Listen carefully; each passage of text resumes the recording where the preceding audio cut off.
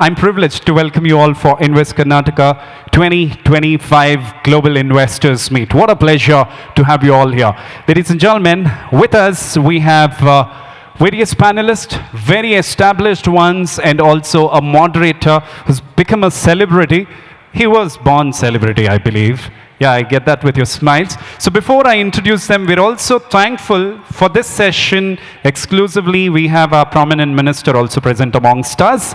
So while I told our minister that I'll be introducing rest of them and I'll introduce you later, then he said, no, they are our guests. You introduce them, I'll walk them up on stage. I love your humbleness, sir. Thank you so much for that. And though he's very busy in his schedule, I requested him to be a part of the panel discussion, though he didn't intend to be, but he would be a part of it, joining us. So ladies and gentlemen, I'd like to introduce you to our dignitaries who's going to take the session forward, leading the change, young innovators shaping India's future. The first speaker joining us on stage is the Managing Director of JSW Cement, overseeing a thriving organization with a capacity of 21 MTPA. He also leads JSW Paints, launched in May 2019, which has rapidly grown under his leadership. Ladies and gentlemen, he's also the chairman and co-owner of Delhi Capitals, a prominent cricket team in IPL. Under his stewardship, JSW Sports was honored with the Rashtriya Khel Protsahan Puraskar 2018. Ladies and gentlemen, there's so much in his career what he has achieved. Now, can I request you to please put your hands together and welcome on stage MD JSW Cement, Mr. Parth Jindal. Let's give a big round of applause to Parth Jindal. Thank you so much for joining us.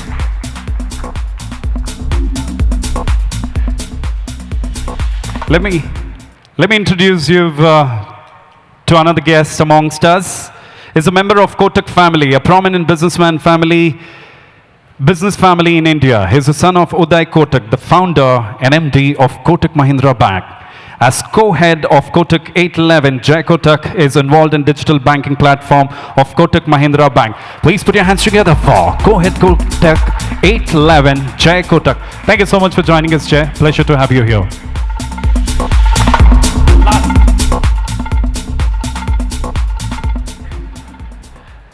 Also joining us on stage is the Executive Director of Muthoot Housing Finance Limited, the affordable housing finance arm of Muthoot Papachan Group.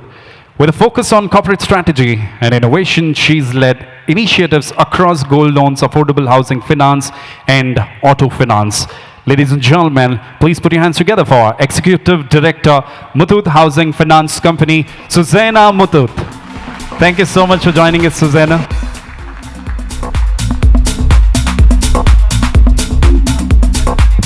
Ladies and gentlemen, you might be surprised. Most of the time you see the ministers and the politicos in the that Lenin dress seeing in the suit boot. He is the minister. So just making sure he's recognized. Put your hands together. Give a big round of applause to Santosh sir. And the person who needs no introduction, I literally did not introduce, but still we all recognize him, and the minister himself walked him up. I'm talking about the co-founder, Zerodha, Trubecon, and Gruhas. He's a renowned Indian entrepreneur and investor, best known as the co-founder and CEO of Zerodha, India's largest brokerage firm. Co-founded Zerodha in 2010 with his brother Nikhil Kamath, and under his leadership, the company has disrupted the traditional brokerage industry in India by offering low-cost and innovative trading solutions. Is also a prominent investor, having invested in several startups across fintech, healthcare, and education sectors. Moreover, is a strong advocate for financial literacy and has been involved in various initiatives to promote financial education in India. Ladies and gentlemen, please put your hands together for Nikhil Kamath. Let's give a big round of applause. Thank you so much for joining us, Nikhil. Pleasure to have you here. And our Labour Minister, Santosh Lad. Please put your hands together. Give a big round of applause to him. So thank you so much for gracing this occasion. All right. The moderator for this wonderful session is Nikhil, who will be taking it forward. Now, clapping brings in a lot of positiveness into the entire hall. Can we make the dignitaries on stage really happy with a round of applause, ladies and gentlemen? The stage is all yours, Nikhil. Thank you. Maybe we begin by you guys giving us a minute, contextually, outside of the grand introductions that we all have had. Maybe you tell us what you are doing today and what you're focusing on in life. Would you like to go first, Suzannah? Sure. So I'm a fourth generation family member of Muthoot Papachan Group. We're a company that's been around for 137 years. As an individual, I'm first and foremost a mother. I've got two 1.5-year-old twin girls. And I came into the business maybe about, I think around 8 years back as a management trainee, and over the last 7 years, I've been spending time learning about the various businesses. So the first 3 years we spend, it's just a trainee period. So we, me and my cousins used to visit branches extensively, so pan-India, tier 3, tier 4 cities. Every week take your suitcase and leave to a new city and learn some of the most invaluable lessons there. And then today I handle the affordable housing finance arm of Muthoot Papachan Group. I just got inducted as the executive director a few months back. So that's me. Thank you. Jay, would you like to go next? Sure, Nikhil. I have been working at Kotak Mahindra Bank for the last 7 years. Most recently, the last 4 years, I'm co-heading our digital banking business called Kotak 811, which strives to provide a bank account and financial services to every single Indian straight through digital. I'm very excited to be here. A lot of my work happens now in Karnataka and in Bangalore, and thank you for having me. Thank you. Parth? Yeah, thanks, Nikhil. So I joined JSW 9 years back after coming back from business school. Started JSW Cement, filing for IPOs. I mean, we filed for IPO, so process is on. That'll be my first IPO, so exciting. Started JSW Paints. I run our US steel business as well. And my biggest passion, I think, is sports. Founded JSW Sports, Bengaluru FC is the first thing that we started from this city, and we became champions in the first year, and the journey in sports began. And yeah, today I also now run MG Motors. We acquired MG in India, and I look after that as well. But yeah, Karnataka is, like Jay said, this is huge for JSW. Our complex in Vijayanagar, in Bellary, is home to everything that we do at JSW. So very happy to be here and very happy to be finally speaking to you. I've only seen you on all your amazing podcasts, but now having a chance to speak to you as well and be with Jay and Suzannah. Thank you so much. Honorable Minister, would you like to say something? Yes. I come from a business family. My grandfather started mining in Bellary in 1956. We were the first lessees. Had an employment of more than 7,500 people. I used to do from limestone to dolomite to manganese to iron ore. I started a sponge iron plant. We were about to set up even a steel plant in Bellary itself. Had a steel plant, set up a sponge iron plant even in Hiriyur in Chitradurga. Started political career at the age of 17. I'm 49 now. I'm a 4 times MLA and a 2nd time minister, and there's a second stint I'm a labor minister in government of Karnataka. So likewise from aviation, I started a cargo aviation company early in this, perhaps in the South India. So been into multiple businesses, invested into software, automotive space, aerospace. Been not lucky enough. I started a talent portal very long back before the 3G could come into this country. So something similar on TikTok. So I didn't have a great luck on that. Anyway, been on all my life into doing business and politics. Politics is a passion. I've come here. This is all about I am. Thank you. So let me not set context for today with some very generic questions that are in front of me. I'm from here. I've grown up in Bangalore. We really want more people like Parth, like Jay, like Suzannah to come here, invest more, spend more time building stuff in Bangalore. So maybe I will ask you guys about your individual industries.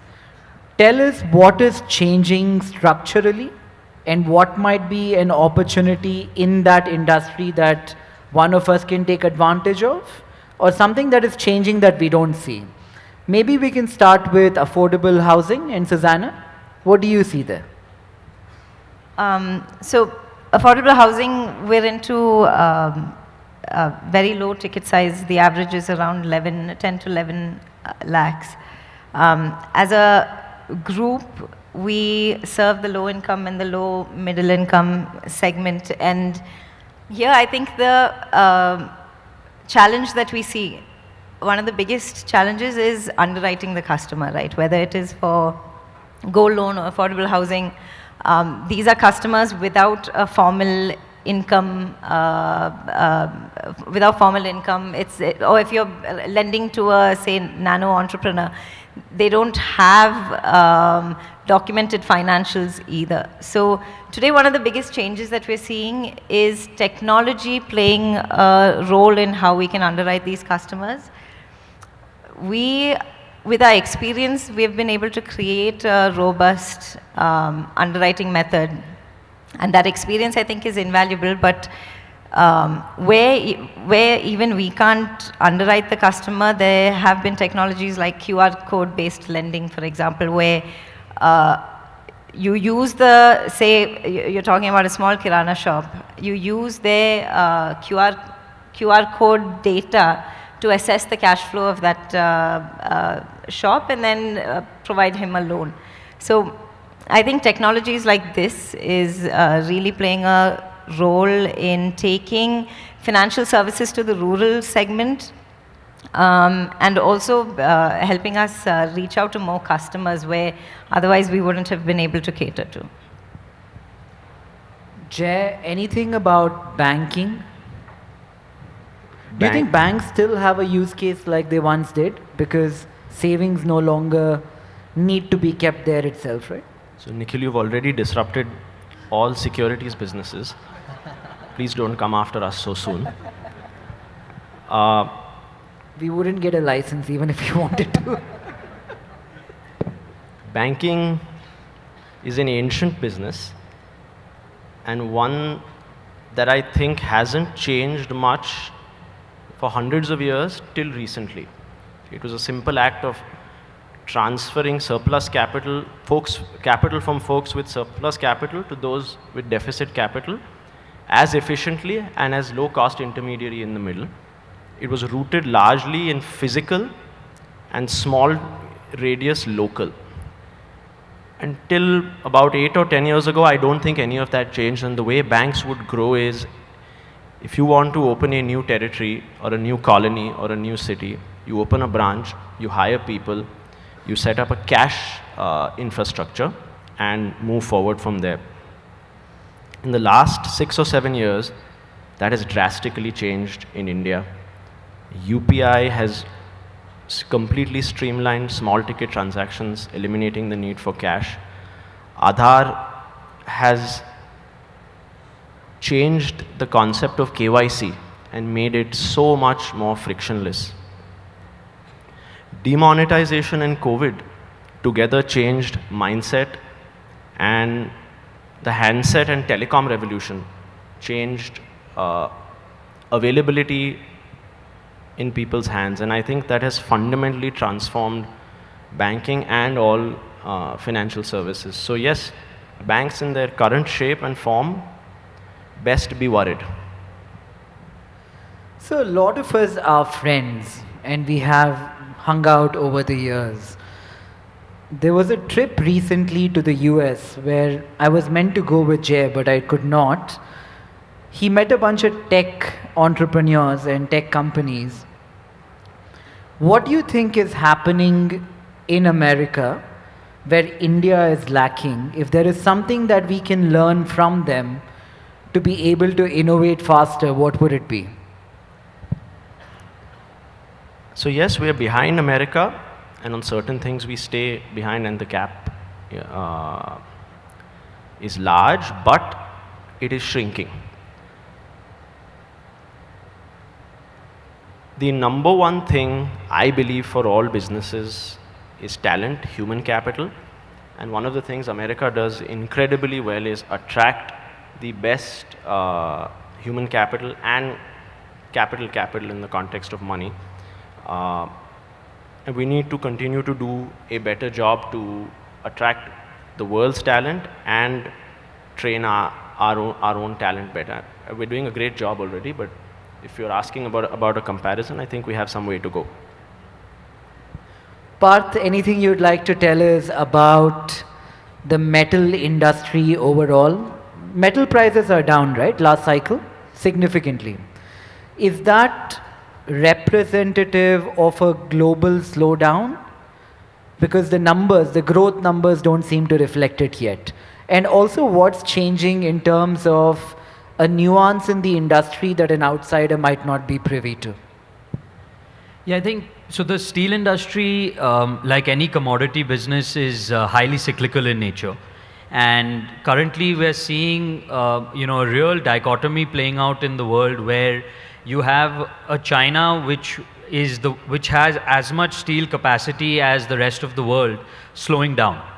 And in China, the steel industry is a huge source of labor, and it employs a ton of people, and the motivation for Chinese steel companies is to keep their people employed.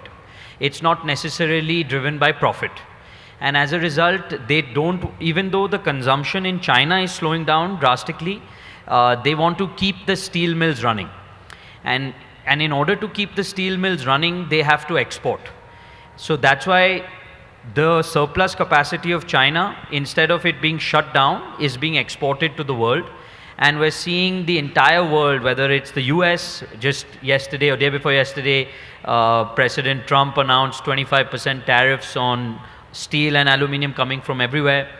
We are seeing Europe do the same thing. You're seeing India also, at least the steel industry, asking the government to look at it as well, because they are dumping steel into our country, and they're trying to make or destabilize the profitability of Indian steel companies and make us reliant on their steel for growth. So I think every country in a way is becoming protectionist, and it's not to say that we are not competitive, it's to say that we are driven by profit, and if we don't make profit as an industry, we won't be able to invest in India, and we won't be able to expand our capacity in India.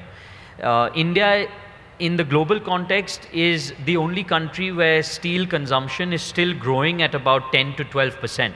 Last year, India consumed about 135 million tons of steel. This year, all indications are that India will consume 150 million tons of steel.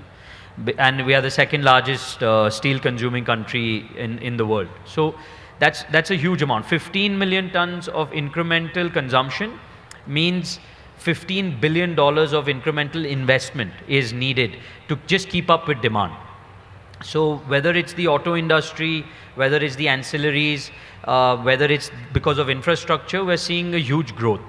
So the downward pressure on margins is squarely because of the surplus capacity available in China, them dumping into countries like Japan and Korea, and those countries sending steel into India under the free trade agreements. So it's all connected. So we believe that it's very imperative for any large economy, of which India is now the 5th largest, to have a very robust steel industry, very robust metals industry. And hence we're asking for the government to intervene so that we don't lose out and we don't become dependent on any foreign country for a very essential commodity like steel.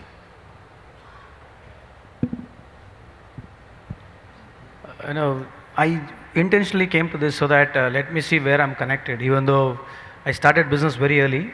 You're all champions here who have been greatly successful in your career and the business. As the mentioning to the low income housing, right? So I still feel if you go to tier 1, tier 2 cities down the line, it is not there technically. So there has to be some homework with the state. As you're all into policy making, you should really get into policy making also, because this country runs largely on a policy making. So if you don't get into policy making, you're all youngsters, I feel you're all the future, business tycoons here. As long as, especially when it comes to housing, financing housing, it has to go to the rural level where we coordinately work with the state and as well as success with the central government, number one.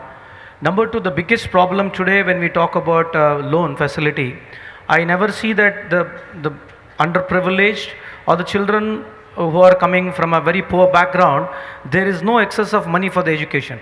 There is no loan.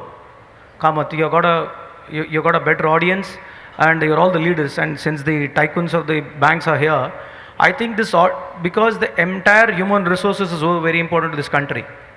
We have got around 54% of Indians are younger generation, and today brain drain has been there. Last a decade the brain drain has gone out, so we need to hold the brain drain. We need to educate the people. The education is only can come through the higher education. So if we as a country don't spend more into research and development, the corporates don't come and invest into research and development, so where are we going to build a nation? So along with that, when you were speaking to the steel, so why China is able to compete is 80% of coal, the coking coal is with the China. The ingredient for the production of steel, 70% of ingredient of steel production is based on the coking coal.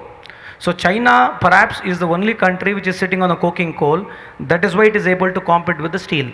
So last 10 years if you see, we have been between 120 to 140 million of steel production, whereas China from 350 to 520 it has gone to 1 billion ton today. It is at a 1 billion ton of a steel production, number one.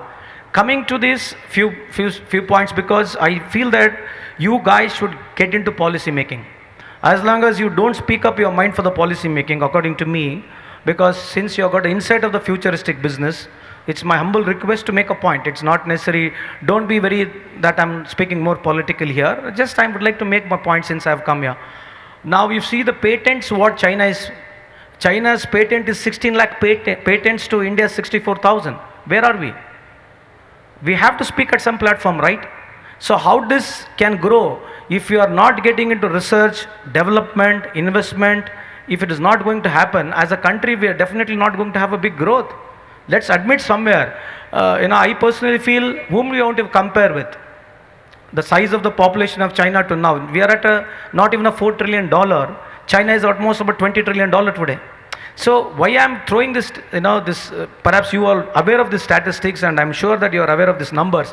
But as long as you all should make it a point that every state government, when it calls for your investment meet, you should throw up your points to say to that state and central should work in synergy, in tandem to grow as an economy. See, for example, we have got, if I'm not wrong, to the statistics, what I was going through today, we have got almost 1.5 lakh startup companies, out of which 10% are successful. Out of around 120 are unicorns. They are not more on IP based. Much are not on IP based. So you know better than me. I'm not trying to I'm not trying to give a lecture here. Somewhere on these lines, I personally feel it's a onus. So that's why I was proposing. I would rather propose you all here that state governments and central government should start fund of a fund, where state government, central government will put the money into the kitty, where joint venture companies or VC companies will come and big companies should participate in it. So that any money is being given in that particular state where you are also stakeholder there, so that we can grow the next coming, which are all startup companies can grow in a bigger scale. If government is giving the money as a subsidy, just we don't have a control over it. So I'm making a proposal this year. I feel you have got a greater audience in the whole of a country. Please, this fund of fund, where corporates will come, and as well as joint venture companies can come, state and central will put the money so that the next generation startups can get money easily and that money stays in this country. Thank you.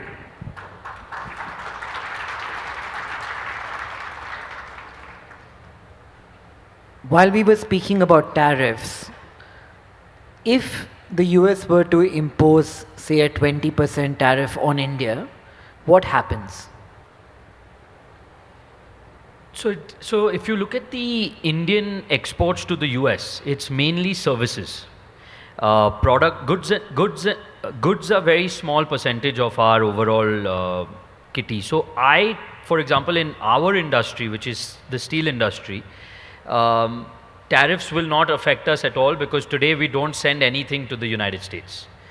The stainless steel industry, my uncle's company, Jindal Stainless, they export stainless steel to make the razor blades for, for all the shaving and everything. They will get impacted. But today in the global context, I don't think for India, the US economy or the US market is as relevant as protecting our own domestic market. I think it is much more important for us to protect our domestic market than for us to worry about the US market from the JSW Group's context. There will be many, toy manufacturers, there will be many, other products, machines, etc., who will get impacted. But at least from our context, they can put 20%. They've already put 25% because we are part of the, everybody is getting hit by 25%. So that's okay. So AI, nobody can miss it today. If you're online and you spend 10 minutes surfing the internet, you're bound to run into it in one form or another, or somebody speaking about it. How is it presenting itself pragmatically in your businesses? Suzannah, do you use it? Yeah. AI plays a big role in underwriting, which I was talking about. Can you explain what underwriting is? Sure. So when you want to assess a customer and see if he is credit worthy, say if you're providing a loan, an MSME loan, and you want to assess the customer, how do you go about it if the customer does not have formal documents, right? So that's where AI would come in. We use a lot of our past datas that we've collected and how those customers have performed over the years. And what it has allowed us to do is take a customer who looks bad on paper. We've been able to assess that he is a credit-worthy customer just based on our past experience and the AI that we're using. So I think that's changed the game a lot for us because it helps us target a whole new segment where somebody else would have rejected the customer. We're able to confidently take that customer on board. Other than that, it plays a big role in collections, customer service, even taking a digital product to the rural market. AI plays a big role in terms of communicating in vernacular languages. So that's also something that helps onboard people who are not well versed in English onto the digital platforms as well. Jay, for you? I think in our business, probably two current areas. I agree on the underwriting point, though I think that it's still, for us at least, some way away that we use AI actively to underwrite. One would be writing software, which is quite an obvious one. We've started to use LLMs to write software, and this is something you'd see around the world. They're getting so much better at it, but more in the context of a tool in the hands of a skilled engineer is at least my experience with the same. And the second is voice and customer service. Those are, as I had said, banks were, the job is to be an intermediary of capital at the lowest possible cost, and serving customers is obviously a large cost, and I think AI will undoubtedly make that more efficient. I have a ancillary question for you.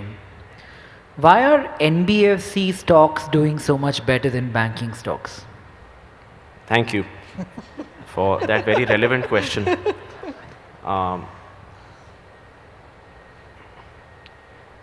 The real answer is I don't know, and at some level I don't track short-term stock movements.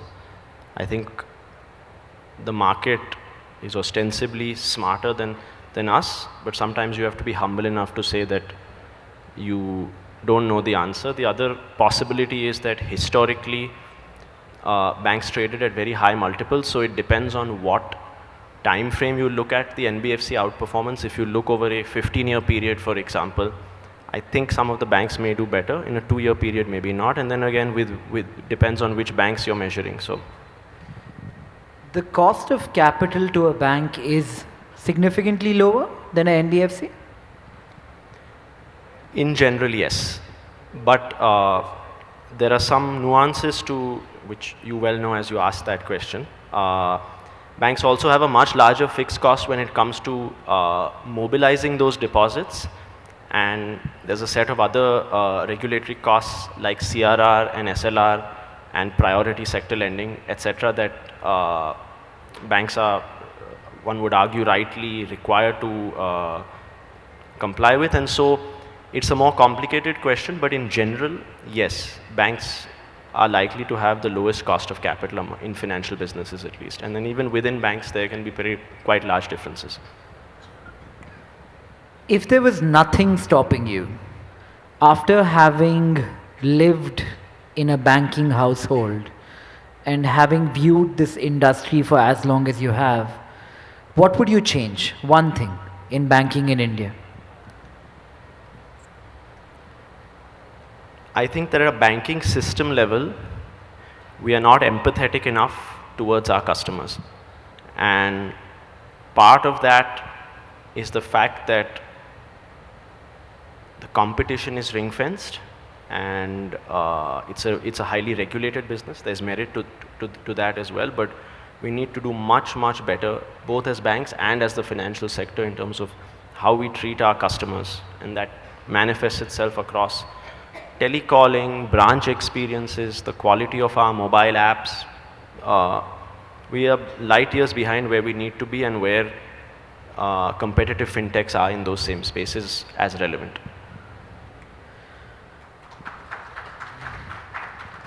Parth, same question. How are you seeing technology, maybe AI, change or not change what is a very traditional industry? Yeah, I think if I look at AI, I would say that AI in heavy manufacturing has limited applications till date.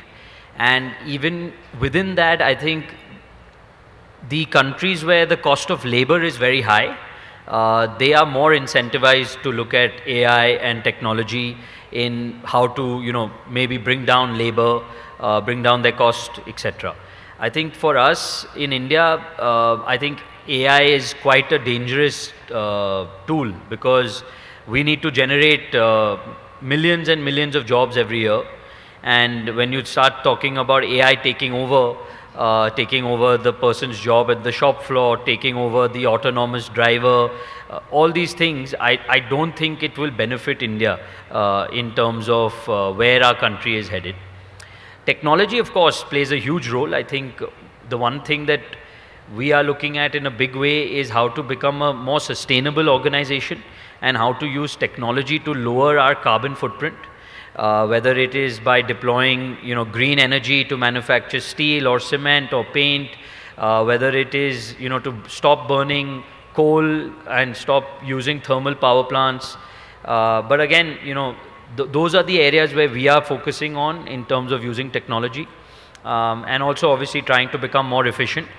But again, efficiency in India is different from, I guess, efficiency in the developed world, because here you can become efficient, but there's a fine balance you have to have, because you can increase your technology quotient, but the return on that investment in India in today's context may not be there, because the cost of labor is still very, very low in India. Would you like to add something? As far as the AI is concerned, anyway, there's an opportunity here, and as well as yes, there is a plus and minus which everybody are speaking. And as an outset, as an industry, we have been never ahead, because since I come from a very business family too, the idea is, if you see, you travel throughout the world, governments are always blind. Governments are always blind. It's an entrepreneurship which takes the country, and the government makes the policy. Why I was referring this point is, if you see country India, from Gujarat till West Bengal, we are covered by 70% of water. We are covered 70% of water, and look at our businesses. Where all our businesses are there. So somewhere, I think it's an entrepreneurship. If the country has to grow, It's a challenge of in every industry. They have to come up with innovative ideas. So if we have lost on the innovative ideas, so now whatever AI is going to come into this country, it has got its plus and minuses. So as I rightly said, if he's using AI in his industry, it could help him to trade because he buys a lot of cargo. He's buying a lot of cargo. It can give analytics of buying cargo at what time, what time he has to sell. So there are certain advantages when it comes to industry as such. But I really don't know how it is going to enter into the job losses, number one. Number two, why I am sitting here, why I am making a mark here. Country like India, we are still on 54-55% on the service industry. 20% is agriculture. 75% is gone. So if we don't look into a small scale industry, what happened to China and what happened to us? If at all you are not focusing all the technology going, mechanization and improving the scalability of a rural country, rural industry, we are not going to grow. We are definitely not going to grow. The biggest challenge is, this is the biggest challenge what according to I feel, maybe I'm wrong, but somewhere it has to be addressed. So people like you all should keep addressing because you have got a larger audience, larger voice. I feel if at all we don't give more money to those people, if we can't provide a working capital to them, if we can't provide even like a small money where he's supposed to come, and if he is to pay what you call a credit line also, I think there has to be a bank for software, small scale companies, which can state government be a part of it. I would urge my government only to support any banks which are going to support the small scale industry along with the central government. This could be a greater help, and obviously since if we are able to get into AI as early as possible in the small scale industry, could be there is a possibility that we'll have a little advantage road. Suzannah, if I were not to ask you a question that you will answer, but you could speak about whatever's on your mind, something that you would like to talk about, here's 2 minutes for you to do it. Wow. Personal, I mean business, but... Doesn't have to be. Anything.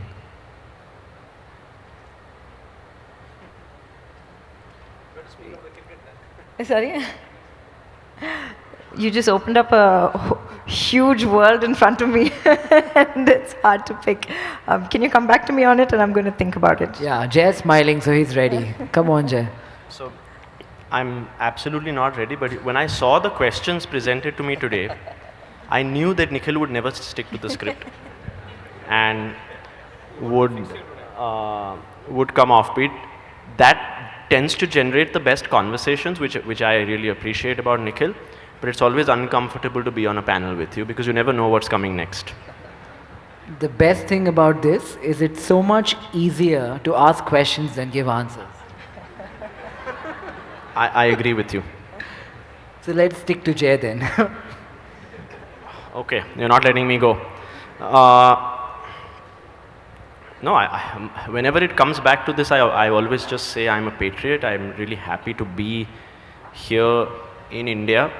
I had 2 opportunities after my studies to stay in the US, and both times I chose to come back very gladly and willingly because I truly believe that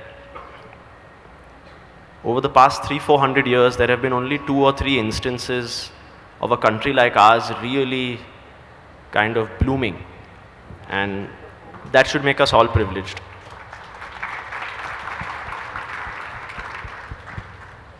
Sorry, I missed a large chunk of that, but... It's fine, it's just something I keep for when you ask these kinds of questions. What was the one-line summary?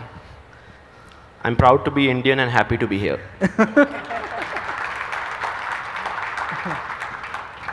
Are you ready now? Yeah. So when Jay started talking about when he saw the questions prepared, one of the, I'm going to go back to those questions and actually answer one of those, because one of the questions that was mentioned there was, how do you take a traditional legacy business and ensure that ensure that innovation is part of it, because for a traditional business, and I think innovation sometimes don't go in the same sentence.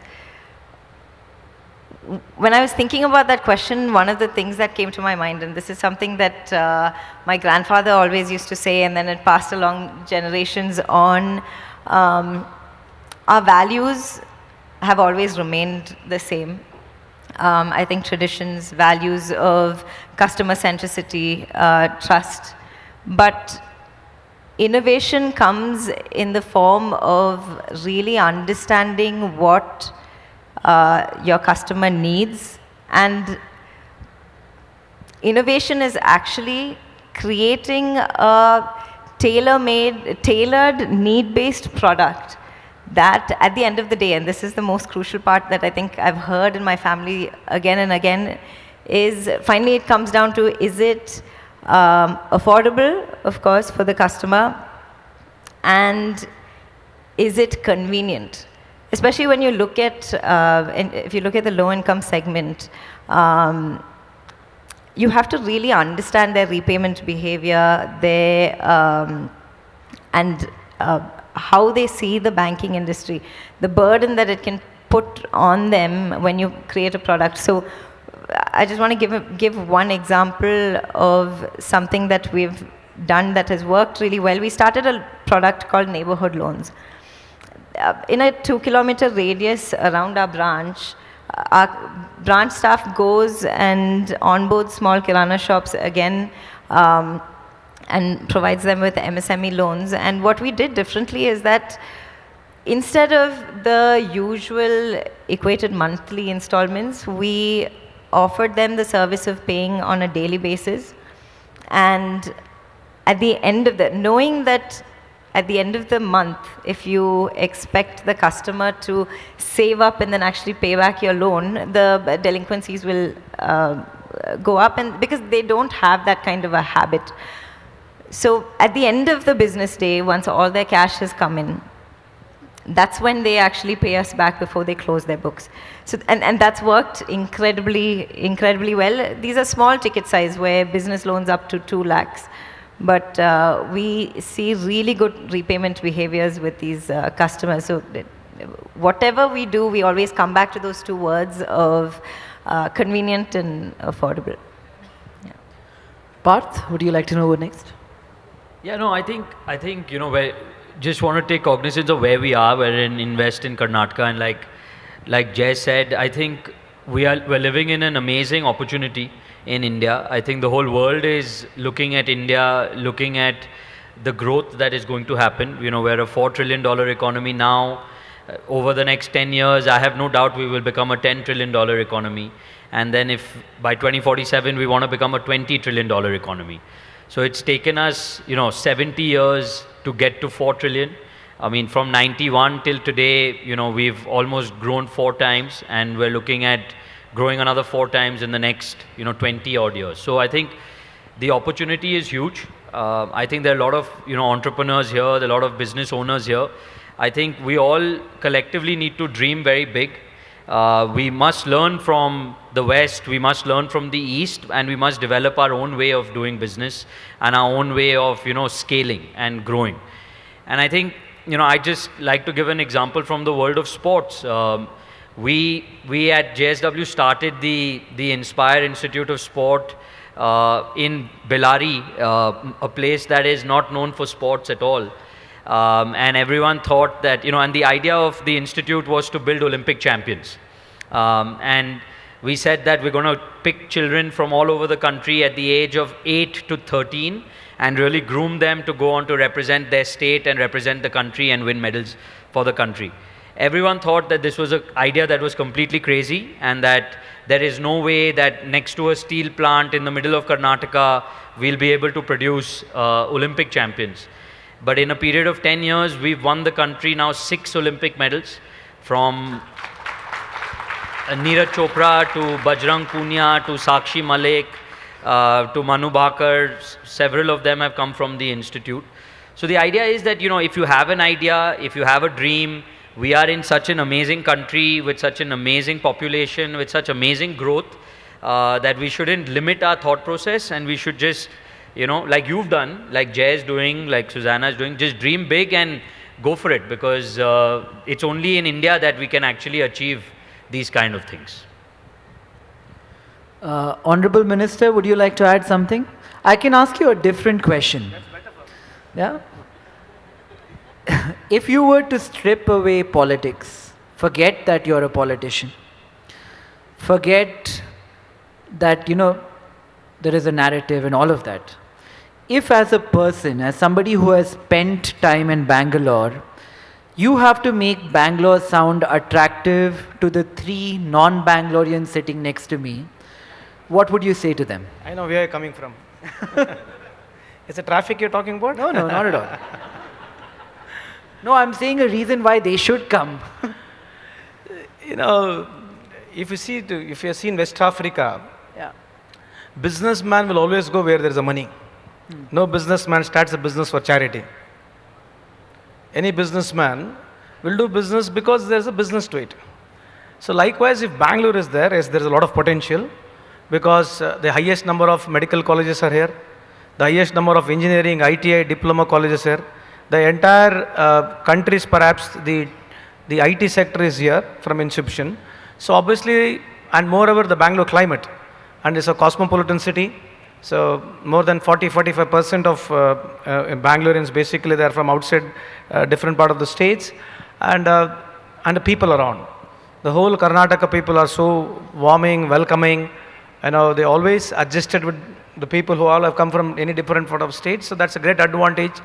And majorly is mind. So most of the companies which have come here last 20 years, 25 years, to the best of my knowledge and ability, we have got all walks from, from biotechnology to IT to aerospace to automotive space. All sort of companies have come and pharmaceutical industries have come. So likewise, all the young minds here, this business keeps going. So my only request to you all is, I always thump upon, I keep telling everywhere when I go, this country does not belong to only the politicians. You have to be closely watching on the policy, because policy is the only thing which can take this country ahead. So young friends here, I know I'm little prototype and I may be boring on this, but this has got a larger impact. Mind you, please everybody here, you may think that politics is not your cup of tea, you don't follow politics, you don't want to join politics, that's fair enough. But as long as you don't put a mind onto the thought, which government, what sort of a policy they are making, because if at all we are all sitting here, if we all have been successful here, and this man sitting beside me, I am sitting here, if the policy has been not there, then every business suffers. So coming to Bangalore here, always, especially Karnataka, has been always welcoming to any sort of an idea or any sort of investment. That's why I request one and all from any part of the world or any part of the country that they can come to Bangalore. Thank you.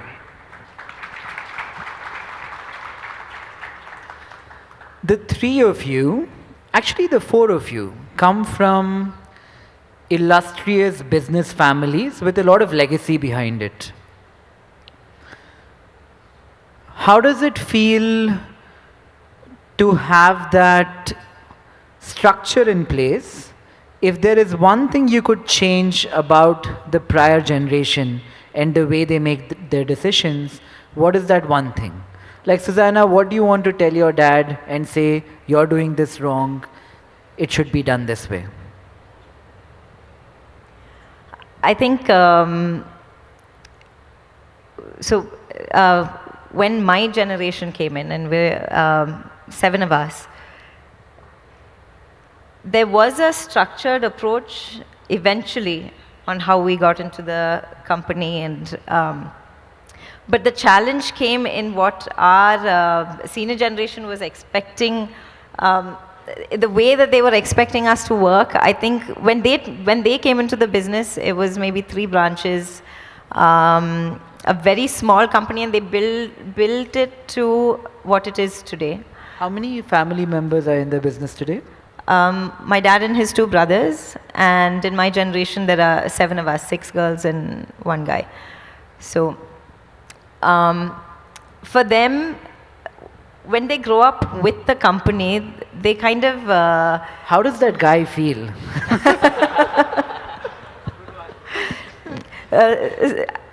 I must say, I think we do overpower him a little bit, but proud to say that we are now a majority women-led company, and I think I met him. He lives in Bangalore, right? he does. Yeah.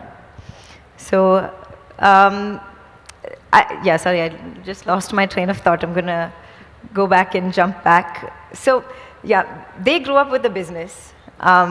They learnt it while doing it, whereas when we come in, it's not common sense to us, right? So I think we had to put a lot of pressure on actually having a formal induction into the company and push for a learning, because for me, I came back after my undergrad. I was planning to stay back as a financial analyst in the US, but it was a very critical juncture in the organization, so I was asked to come back in and join. I grew up around with people talking about the business, but it required a lot of actually being at the ground level and learning from a branch to actually understand the crux of the business. And I think that's what I would have changed when I came in. If that was done better, I think that would have helped a lot. So when they say it is harder for women in business, is it the opposite in your household? I don't think so. There's another side to being the only guy, right? Where growing up, I don't think any of us thought that we were going to be part of the business, but if you're a guy in the family, you know you're going to be part of the business. So I think we had to prove ourselves a little bit more than anybody else. But I think now I would say, yeah, it is easier to be a woman because you have a team of women backing, easier to be a woman because, yeah, you have a lot of backing. And for example, a lot of us are new mothers.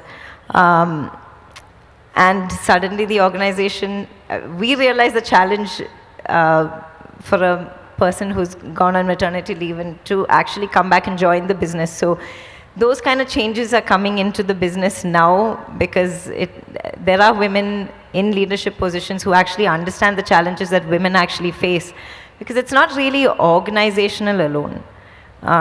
If you look at, for example, for a woman to come back and take on a leadership position, if everything is perfect and the company, there's no discrimination in the company and policies are in place, unless there is a support system at home and your husband or your family members who support you and enable you to actually take on a little bit less of the household and the responsibilities that come with a family, that I think is what finally matters to actually getting women onto a leadership position. And I think with majority of us women in the company today, we've been able to build an ecosystem at home and in the workplace to enable us to actually try and do it all, even though we've not proved that we can do it all yet. Very endearing, the way you describe it. So I went to meet Parth a fortnight ago, and we were playing paddle on his terrace. I remember when we were walking out in the lift, you were talking about Hisar, where you're from. And each time the word came out of your mouth, there was a different expression. Like there is so much love and pride in your eyes when you talk about that city where it all began from. What is that? Can you elaborate? Like, I wanted to call you the next day and, talk about it more, but I didn't get a chance to. Explain the phenomenon of Hisar, not in isolation, but in your mind. Why is Hisar all that it is? Yeah, I think Jay is laughing because in college also I would talk about being Haryanvi and being from Hisar all the time, especially when I had a few drinks inside me. But I think for me, I think Hisar is the place where it all started for the family. My grandfather was a farmer's son who didn't have any formal education, and he started a trading business, trading commodities. So he started trading commodities, and he actually saw made in England pipes in Calcutta, and that really affected him a lot. He said that the iron ore and the coal is going from India to Sheffield in the UK. They are making steel over there, and then they're sending it back, and we are only consuming it. So he really wanted to make steel.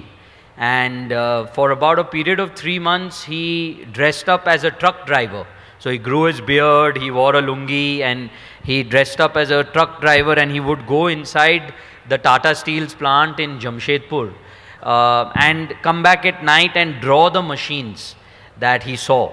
And over time, he decided that, he has enough knowledge to make his own steel plant to make pipes. And he made my great grandfather sell all the ancestral land that we had in Hisar. They sold their house, they sold their land, all their farming land, and he set up a small plant in Hisar which still exists today. And from there the whole journey of the OP Jindal group started.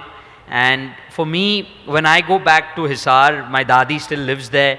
She in fact stood as a independent in the latest elections, and she won. She won, yeah. So when I go back to Hisar, and I see the home that my parents, my father grew up in, my uncles grew up in, my buas grew up in, my dadi grew up in, and my babaji grew up in. That just gives me a different sense that, oh my God, from where they have come to where. And here I am, born and brought up in Mumbai, with the entire platform created, with the entire opportunity created. But what my grandfather went through and the risks he took, and then what my father went through and the risks he took. But somehow going back there, eating the ganna, having the doodh, having the cows in the house, going to the mandir every morning and eating sarso ka saag and makke ki roti, and really feeling that inner, I think the inner belongingness is there. I've never lived there. If I tell Anushri to come and live with me in Hisar, I'm sure, my wife, I'm sure she will throw me out of my own house in Mumbai. But it's this, that connection of Hisar is there, and it's in the blood, and that's where steel started, and that's why we say Hisar is the steel city, because my grandfather started building steel, making steel over there.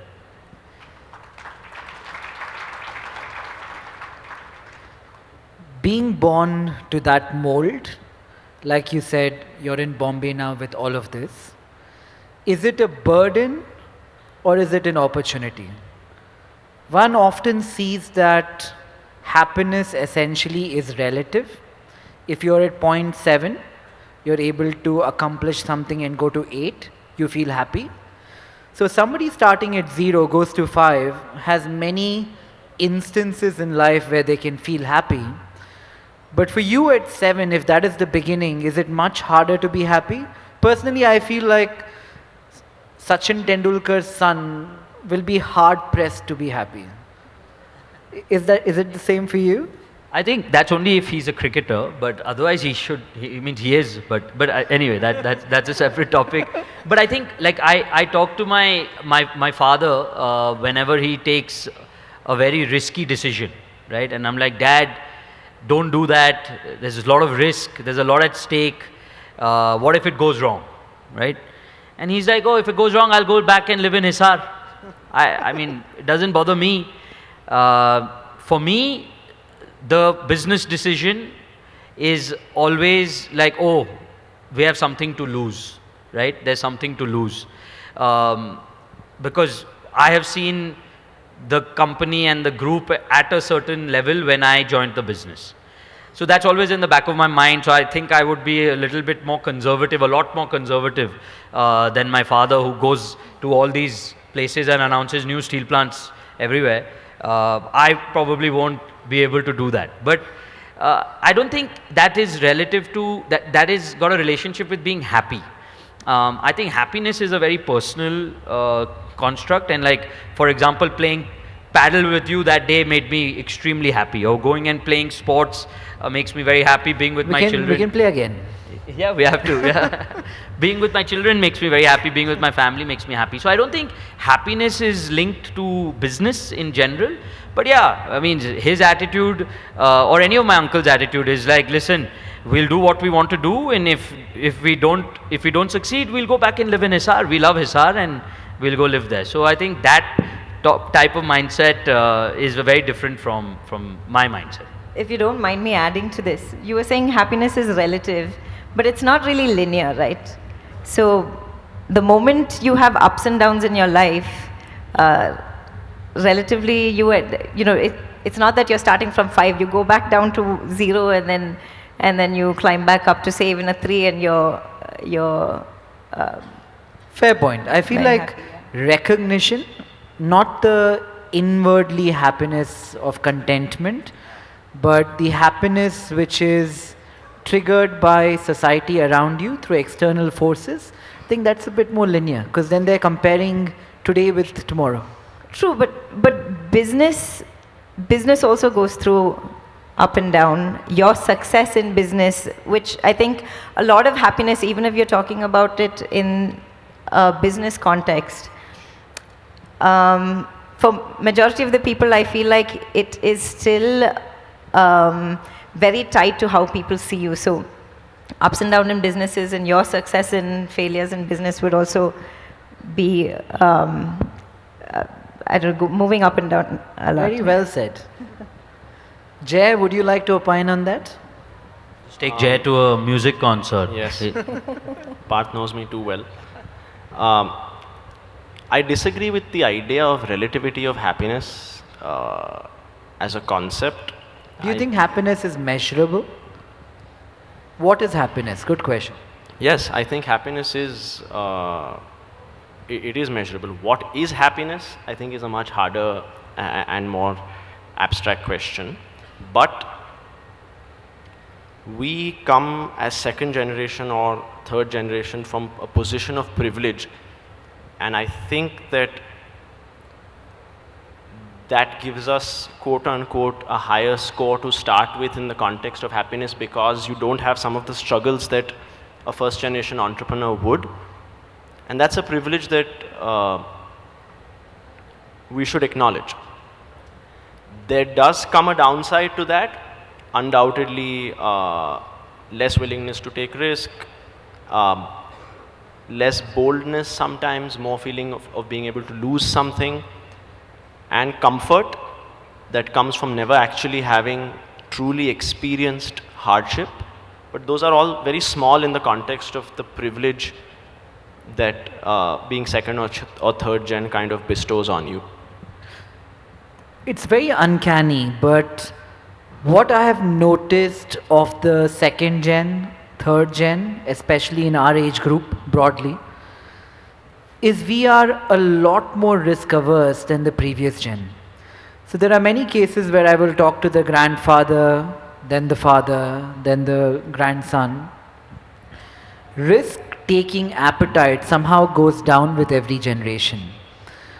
But risk taking is the essential input in the world of capitalism in a way, right? So when you have kids, as I know some of you do, some of you might soon, how would you figure out how to ingrain risk-taking abilities amongst your kids, even though in your generation you thought otherwise maybe, relative to the prior generation? No, I think, first of all, at least when you take your company public, I think whether your children will actually be in the business is not a given. It's not something that you can just expect out of them or thrust upon them. They have to deserve it, they have to work towards it if they want to be there, and they have to be deserving, and the shareholders have to be there. So I always believe that that is the first step. The second is, I think you're absolutely right, you have to take risk. It's a basic ingredient of capitalism, and hence the age-old phrase about how first generation creates, second generation grows, and third generation destroys is normally what is always has been told to me since I was basically told to my sisters and I since we were small. But I think it evolves, and I think you have to encourage them to, like, I believe I was encouraged a lot by my parents to take risk, and hence they never made me join the main business of the group. They said, build your own businesses, do your own thing, learn from your own mistakes, and then you'll eventually may be ready to come into the big business if you show all the ingredients, you show all the characteristics of being ready, which we never know till you know. But I think it's tough to really thrust anything upon your children. You just have to hope that they enjoy the work that you do, they enjoy and they have an interest, and whatever they're interested in, they should do that. And if they do decide to join the business, hopefully show them the stories of the previous generations and hopefully inspire them to do better than us. Honorable Minister, any last words? Anyway, I've got a different take on this. I feel, success and happiness are two different things. Happiness is sometimes a mind status. How much ever money you got, you may not be happy. Passion could be an happiness to you. If you're a very passionate person about anything which you want to do, it could create a lot of happiness. But success is always a difficult thing. How do you define a success? If you have to define in terms of position, or you have to define in terms of commerciality. So according to me, whenever you make a down in life, when you make a comeback, that itself is success. His success is not mine. He is much more wealthier than me. So if I see there are so many other colleagues who are much more higher in rank in politics, so it's a ever-ending story. It's a very difficult question to answer. If at all you give a more, a philosophical sense to it, I feel, this world has got only a success, has got many godfathers. Failure always an orphan. So, when we talk about success, and we have been all sitting here, since we have been little successful, that's why people call us makers to speak. There are so many people who are failures, have got much more potential, they have that much more better passion than us, because still they want to achieve, they keep on trying. This ever-ending story. Maybe I'm getting old now, I speak more of philosophy. Thank you. Sorry, I'm going to come in again. Just to add on to what they were both saying, I think risk-taking ability comes with confidence building as well. I think that's also why I've spoken out of turn twice, because my confidence just slowly started building towards the end of the panel. But I think it's about, when you're thinking about the next generation, it's very easy as you're more entitled to get more protective over your children. So giving them that freedom to become independent, make their mistakes, and build that confidence is, I think, a big factor. The second thing is, with each generation you have more to lose. So you tend to hold on even tighter. You're scared of that, losing that life that you've been given. And in the case of second and third generation, it's not fully built by us, right? It's just been given. So I think these two factors, I think, play a big role.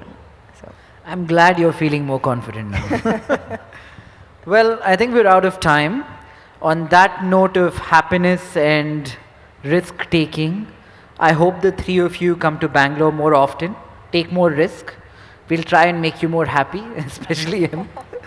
But thank you everyone for having come and watched us for an hour, and cheers to Bangalore.